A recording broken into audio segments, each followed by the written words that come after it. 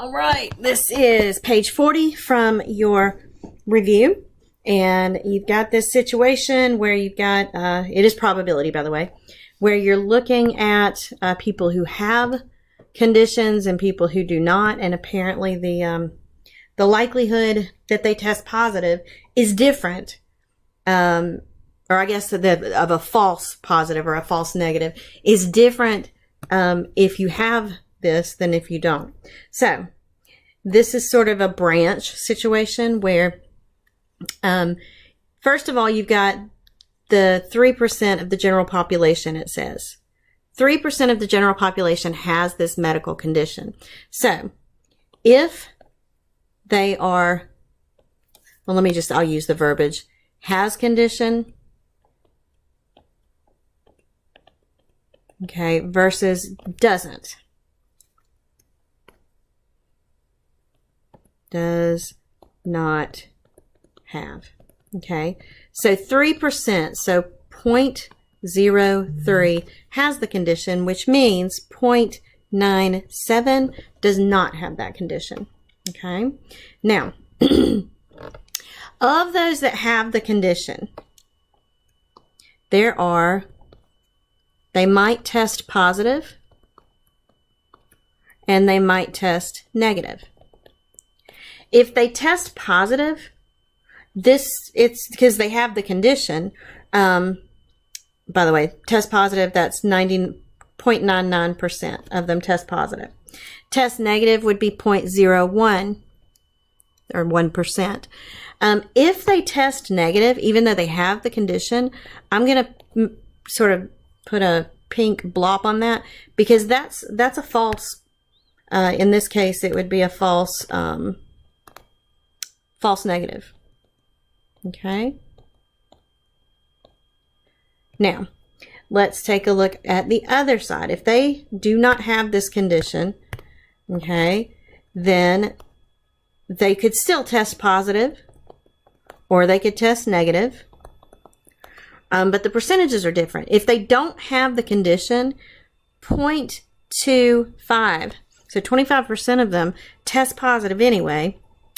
And if they test negative, that means 0.75 or 75% of them test negative. I want you to note here in this situation, because this is a person who's not sick, if they test positive, that's where the false is for them. So that would be a false positive. So looking at this, and you're just going to multiply across 0.03 times 0.99. So again, you're just going to trace up through here. 0.03 times 0.99 gives you, hold on, 0.03 times 0.99 is 0.0297. 0.0297. All right, and then 0.03 times 0.01 gives you 0.3 zeros and a 3. So again, I just went down this way. 0.3 zeros and a 3, which is actually, remember, this is 2.97%. And this would be, bump the decimal twice, 0.03%, which makes sense because you know that only 3% has the condition.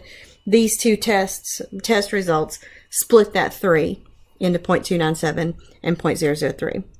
All right, if you have 0.97 times 0.25, you're going to get 0.2425. So this is 0.2425, which of course is 24.25%. And then 0.75 times 0.97,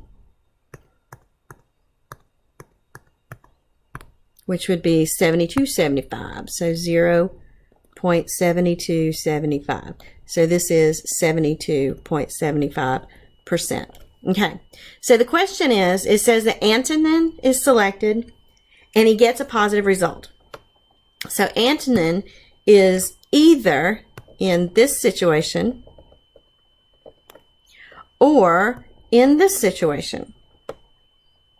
Okay, and it wants to know what's the probability that he actually has the condition. So the probability that he actually, remember this is something over something else, okay, you're going to do sick or has the condition over all positive percentages.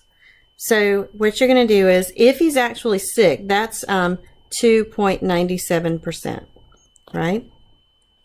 Now, all the positives would be that 2.97 plus 24.25. Okay, so you're going to pick up your calculator.